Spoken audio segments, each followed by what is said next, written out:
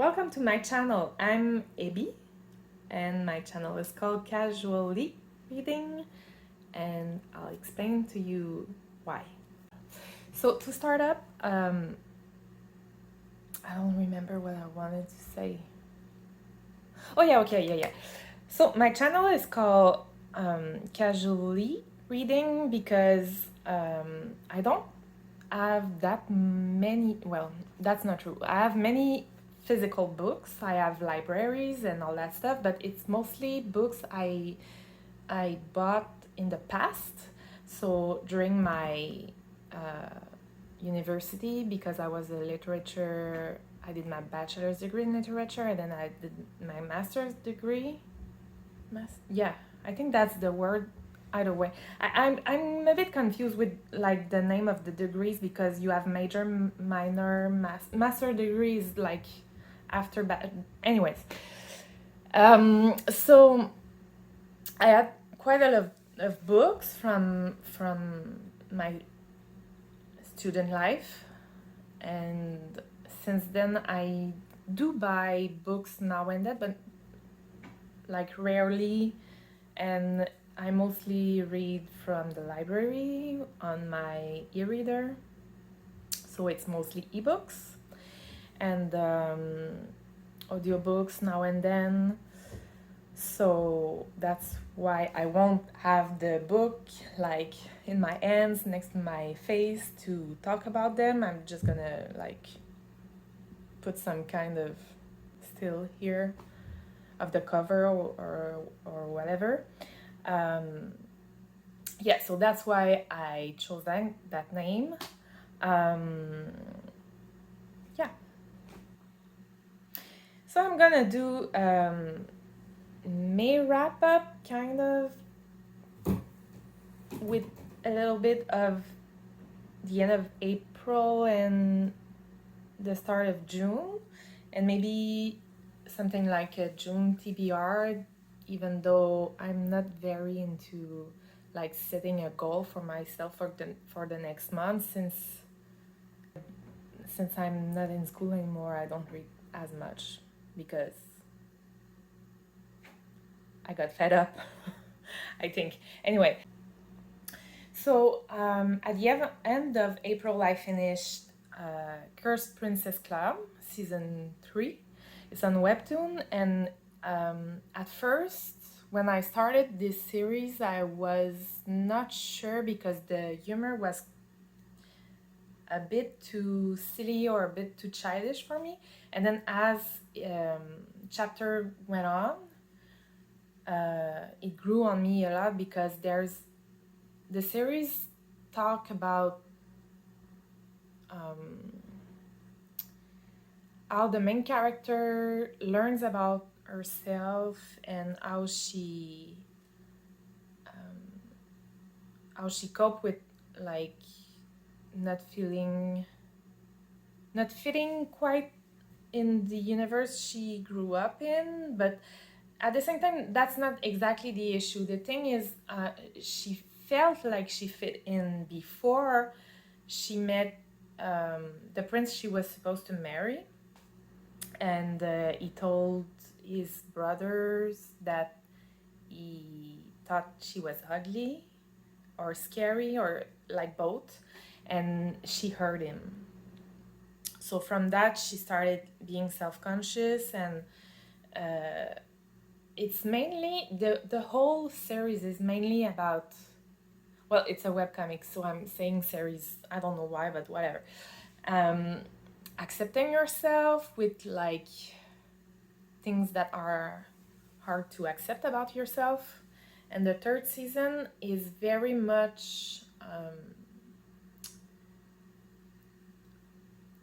the webcomic is better as it goes on. So like first season was great, second season was better, and then the third season is even better. So if you haven't checked it out, you should. The music is also quite nice. There's a few webtoons that have music with them, and I think Cursed Princess Club has music for every chapter, so it's quite nice. You have the ambience with your reading and all that stuff. Um, I gave it 5 stars. Maybe I won't necessarily give my star system or whatever because it's always kind of very random, but whatever. After that, at the end of April, so almost start of May, I finished Kushiel's Dart from Jacqueline Carey, and I did read a book from Jacqueline Carey before, Starless, which I really liked. But Kushiel's Dart is maybe a little more adult because there's some smut. And I know it's part of a bigger universe with like many books, and this one is a trilogy, and there's other books in the same universe. So yeah, I really liked this book, mainly because the main character, who's Fed, I think you say Fedra, whatever. I don't know how to say it in English. I only ever heard it in French, so I in my head I say Fed. So she's a sex worker, kind of, because in this universe, sex worker are an entire cast of people who have a deep connection with some kind of god, or it's I don't remember. Fed has something with Kushiel because she has a mat in her eye, a red mat, and it's said to be Kushiel's mark, Kushiel's whatever. But they all are in the service of Neima, who's the goddess who I don't remember the name of the main god who founded the the the country they live in, but anyway, Neima used to like sell her services to people to help like the group of gods that followed this main god around or whatever, and so it's part of this like old legend, or I would say biblical text that they follow. So all the sex worker are in like houses and whatever. It's not that important, but so she's a sex worker, and she's in one of the houses, one of the maybe main one, regular one, because there are some that are more for certain kind of kinks.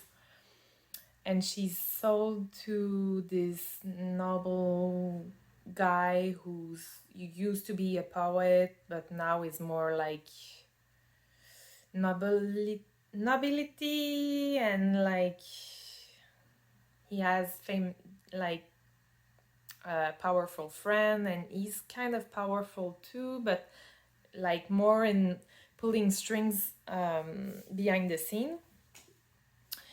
So she goes to his house, and she still do sex work, but sex work, but for him, until she can get enough money to finish the tattoo on her back, and like at that point she owns herself. But shit happens, and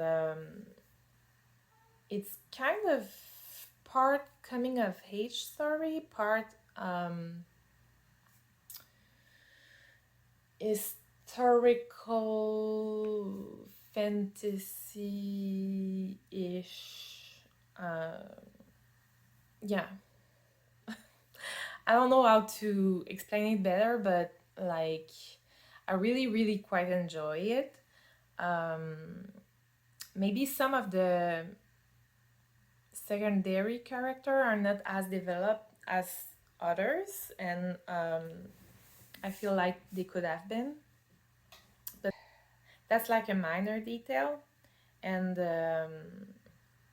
yeah, at the very start of May, I went on Webtoon and started other series back again because I felt like I let that go a bit and I wanted to get back into webcomics. So I finished Orang's Orang's Nightmare. Yeah. So this series is like 10 chapters long. It's horror, but it's like each chapter there's maybe like two or three stories that have like that are on two parters. So one chapter is first part, second chapter is second part. And you actually start reading the chapter on Webtoon and then you click on a link and it goes on the internet on Chrome or whatever you have. You scroll down and there's like some animation, but it's kind of 3D, but it's not that great, to be honest, and that's the main issue I have with the series, that like the effect they try to give with this 3D effect, just you watch it and sometimes there's like jump scares and sometimes you get caught in it, but it just like the ambience they're trying to build just breaks when this happened, because the 3D is very strange and it is almost laughable, at to be honest. There's specifically this chapter about like a kid on the playground who dies because he jumped out of a swing and fell at first on some kind of metal bar or whatever, and the 3D part is like his ghost jumping on his head and coming at you with like some kind of strange face or whatever, but it's not scary at all. It's just awkward and kind of funny. So yeah. I read the first book, well, chronologically, I think, on not in the chronological order of the story, but the chronological order of publication. So I read Arrows. I should check it out, but whatever. Arrow of the Queen by Mercedes Lackey, and it's the first book of the Valdemar universe and the trilogy Heralds of Valdemar. So this series I actually knew from childhood because my cousin tried to make me read a trilogy she really enjoyed, and so she gave me, well, she didn't give me the books, but I still got them. So it's a long borrow, a forgotten borrow thing. So and I never really actually got to them, so maybe like I read the first few pages and that was that. And so I decided, like, time and time again, I saw the books and I was like, I need to read them, and I decided to start from the start. So this Arrow of the Queen is about a small girl. I think she's maybe like 10 or 12, so early teen years or something like that. Her name, if I can remember it, wait, I think I wrote it somewhere. I think it's something with a T, like not Tiamat because that's a dragon, but what the fuck?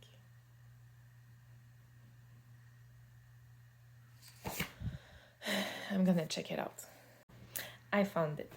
So it's Arrows of the Queen, and the little girl's called Talia. So Talia, maybe, I don't know. Talia. I'm gonna say most of the names in a French sounding pronunciation because I'm French, so that's that. So Talia, she's in some kind of weird community that's patriarchal and polygamous, but mainly like the men have many wives and the wives are all mostly assholes to the children and whatever. So it seems like kind of a fictional Amish community. Somehow I don't know why it really reminded me of that community. I don't know if it was intended like that, but whatever. So she's in this community and she just want to get out of there because she's turning an age. I don't remember what it was, but she's turning maybe like 12 or like 11 or whatever, and the wives, they tell her, we have to choose between sending you to this temple or you get married, and here is your choice basically for your birthday. So she's really not having it, so she flees and she hides, and then she has a dream because she's a girl who read books, which isn't it's not something that is encouraged or even really allowed, but somehow they let her read a bit. I think she has 2 or 3 books or something like that. Anyways, she reads a lot about heralds who are kind of Voldemort's police community or adventurers slash warriors, keeper of the peace. It's not quite clear. So and they also have magical powers, so that's that. And she reads about them a lot, and she hides in some tree, and she has a dream about like a horse who gets to her, and she realizes she's an herald. And when she wakes up, it's exactly what happens. She finds a horse. He tells her that she's an herald and blah blah blah. He erases her memory, and then she gets on him and she get out of this community, and she tries to find where she could find the horse owner. And so from that point she travels between like towns until she realizes she needs to go to the main city. I don't exactly remember the name, but she needs to go to the Collegium. And there's like towns guard that tell her that like she needs to go there, and they help her, they give her food and clothes and all that stuff. And when she gets there, she realizes indeed she's an herald, and like her, I don't remember if her memory comes back, but whatever. And then you have um, the Collegium, which is the space where new heralds that are chosen by these horses, um, where they train and where they study and all that stuff before becoming a full-fledged herald. So as you can see, it's kind of proto Harry Potter. I didn't want to say his name because the turf who we shouldn't name, I don't want to give her anything. Anyway, so I think maybe this was part of how Turf General got her series. Like she got inspired by this book, and maybe the trilogy overall. I haven't read like the second and the third book yet, but I plan to, because it was kind of enjoyable, even though I think it was maybe a debut novel, or like close to debut novel from Mercedes Lackey. And there's fault in it, surely, but still, like the way the character is built and the way she has actual relationship with adults is way more deep than what you can find in other book of the same kind. The adults are not just like benevolent mentor who just comes in and say, oh, you should do this, with some kind of metaphorical language. They're actual like human being, real character that have stories and desire and like intent. So that was quite nice. And for the first book in a trilogy of what seems to be YA fantasy kind of, you know, there's some people dying like already, and I would say maybe some heavy shit too, but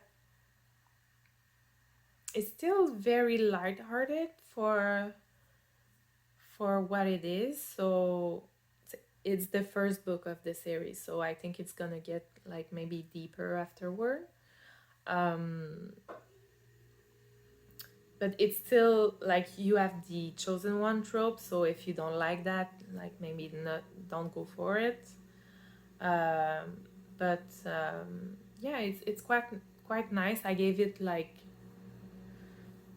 I think 4 stars. I think it was a 3.5 star, and I rounded it up.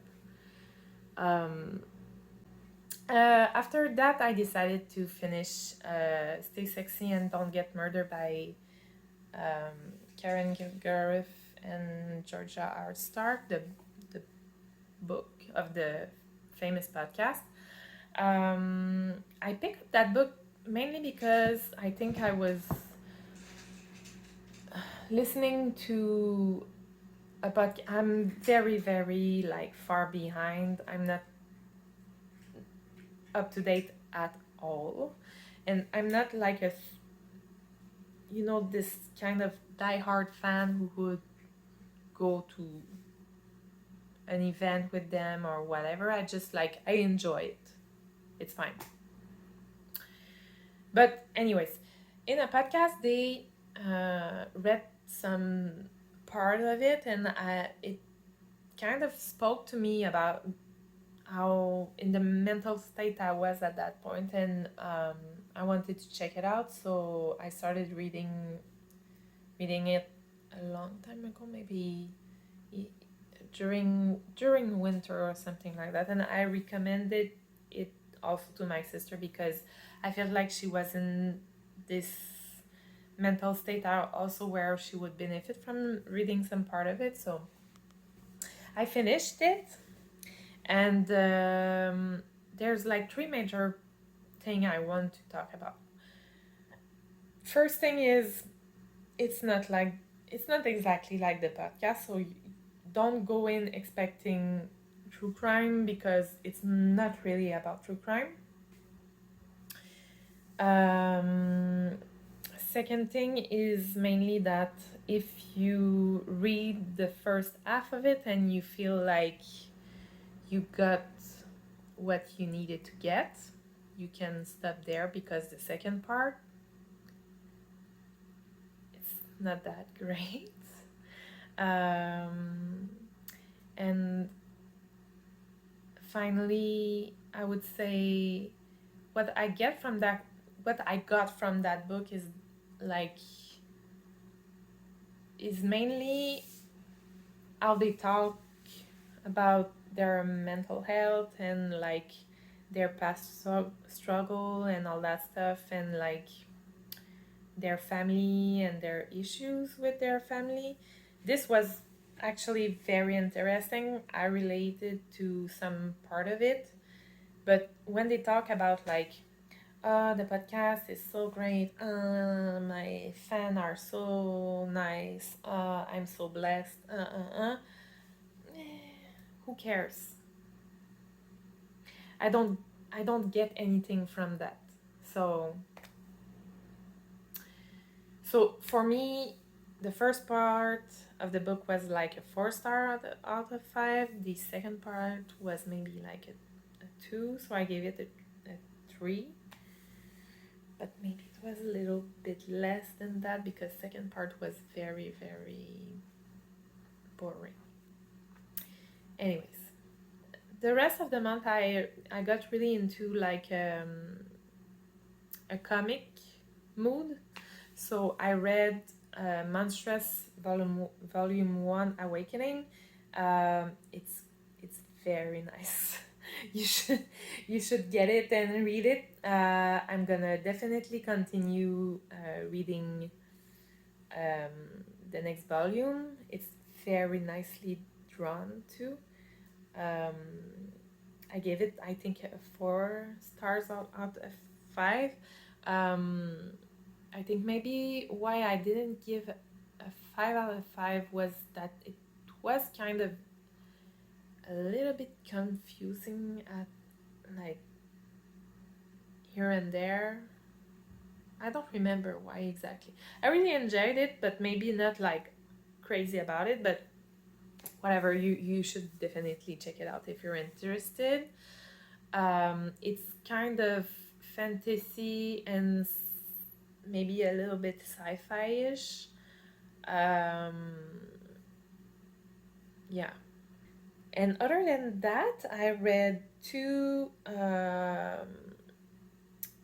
French Belgium comics that were published back when I was young, and I always used to go to like the library and see them, and I was like intrigued, but I not interested enough to actually pick them up and read them. So I decided to check them out. So the first book I read was Aria, la fugue d'Aria from Whelan, and I think the first book was translated to Aria Takes Off, and it wasn't good. It wasn't good at all. There was actually maybe a reason why I didn't pick them up back in the days. The main character is a girl who's a warrior who's hired to be this like I think Viking strategist for, because there's like people who's, there's another Viking chief who's fighting this first Viking chief, and they're winning, but they're very evil, and so they hire Aria before knowing she's a woman. It's just very, very, very typical of um, Europe's sexism, even though it's supposed to be like an uplifting story about a woman who um, who's very intelligent in her field, and who finally gets recognized for what she can do, and who has now a group of people who follow her leads and all that stuff. But it's not very well done, and you can feel the sexism behind it, and just the way she's dressed is just so fucking stupid, and it's kind of not that great. The story is not that great either. To be fair, it's the first book in a series of books that was kind of, I think, kind of famous at the time. So maybe I'll try the second one, but I'm really not sure I'm gonna do that. And then I read the first book of, this one is not translated at all, so it's Thorgal. And the first book is called La magicienne trahie, so the betrayed wizardess, something like that. And this was also not that great. I gave it a 2 though, because there's like 2 stories in the first book. The first story is fucking dumb. The second story is also kind of dumb, but it's a little more interesting in the way the fantasy is incorporated in the whole Norseman universe they're going for. And the main thing that also annoyed me was the sexism, because French and Belgian men in the comic industry back in the days were assholes. And you can clearly see it through these books. So, yeah, it's not great. All the women characters are either bimbos or like dangerous femme fatale, or yeah, that's it. It's either the love interest or dangerous sorceress, wizardess, whatever. And sometimes they are both dangerous and love interest, kind of. It's just so fucking dumb. Yeah. And the other part that annoyed me quite a lot was the way it was written. It's written in a very pompous and I wouldn't say lyrical, but kind of lyrical French. And you're like, these men are, it's like Norsemen, like Viking, like this whole universe. And they wouldn't talk like they were in some kind of fancy court of European country or whatever. It makes no sense. And so I'm really not sure I'm gonna continue with this one either. And finally, and I think I'm gonna close like on this if I can, because I think I was like hella awkward, and it's not gonna be fun editing all that in. And I think I can fuck off with my TBR. To be honest, it's too long anyway, and I'm whatever. Um, I read Shadow and Bone from Lee Bardugo, and um, to be fair, I haven't read anything else from her. So I know that most people who read like Six of Crows and the other one after that, I don't remember the title of, but most people I know, like they're like, Shadow and Bone is like, it reads like bad fan fiction and all that stuff. So I understand the comment. I understand how it's okay, but it's not great. However, I did enjoy myself quite a lot reading it. But yes, the dialogues are too snarky all the time, and yes, there's like issues a lot. I feel like, again, it's the chosen one trope, and to be honest, at the end of the month, even like in the comics I read, the chosen trope, I can't anymore. I need a break. It's too much. So, but now I'm reading Scarlet, so maybe it's not the best book to follow, but whatever. So yeah, the chosen one trope here is okay, I guess, but how Alina, not the way she discover her powers at the start of the book, that I don't mind. It's the second time and then the third time how she connects more with her power, that felt like okay. I don't know. I felt like the second time I was like, okay, I can, like, I'll give it a pass. I don't mind. The third time though, why? It's the exact same. Why? I don't know. I feel like, I don't know. They could have done better. I say they, but like it's Lee Bardugo. She could have done better, but well, yeah, whatever. And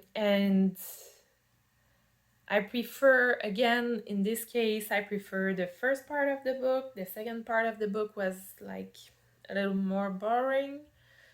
Also, Mal is, I don't care about him. I feel like if you have this character that I should be invested in and care about, you need to put him in the book more than half the time of the whole book. I need to get to know him a little more, and like just having one character missing him isn't enough. I feel like he has little to no personality. I'm really not, I don't care about him. That being said, I think there's like stuff in this book that I'm sure they're gonna be owned more in the next few books by the author, because I'm saying otter like she's an otter, like an animal, but I'm sorry, it's my accent, whatever. So yeah, the villain and the monsters are really, really, really good. The Volcra, I think, something like that, are terrifying. You can imagine them, how they look in your head, and it's like you feel like if you were in the character's place, you're not even sure you would like be functional. You would shit your pants and like that's it. The villain, I like the Darkling. Yeah, I like him. I like how she went in like subtle I don't know how I'm gonna say this, but like you can kind of feel exactly how Alina feels about him. You see exactly what she sees. You feel exactly how she feels about him. He's manipulative, and you don't get to understand that before she understands it. And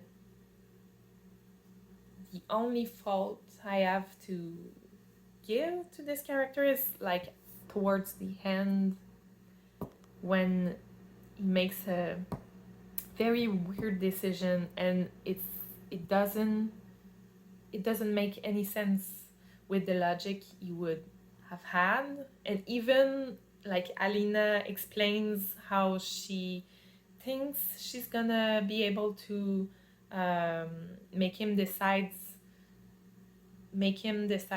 what she prefer. It makes total sense, and she understands how he works, how his mind works. But doesn't he does another he goes another way, and it makes no sense. And even how he explains it makes no sense. So I was like, I get why Bardugo decided to do this. I get it, but it's not correctly motivated for this character to decide this action. So yeah, I think it's mainly those things. It's some part are very cliche, but I actually quite enjoy everything that went on in the little palace, like all the training part. And yeah, this I actually enjoy it. It's just like it's an easy read. It's fun enough, but if you're searching for something deeper, it's not there, basically. So yes, that's it. I think I'm gonna try to edit this and see if I return.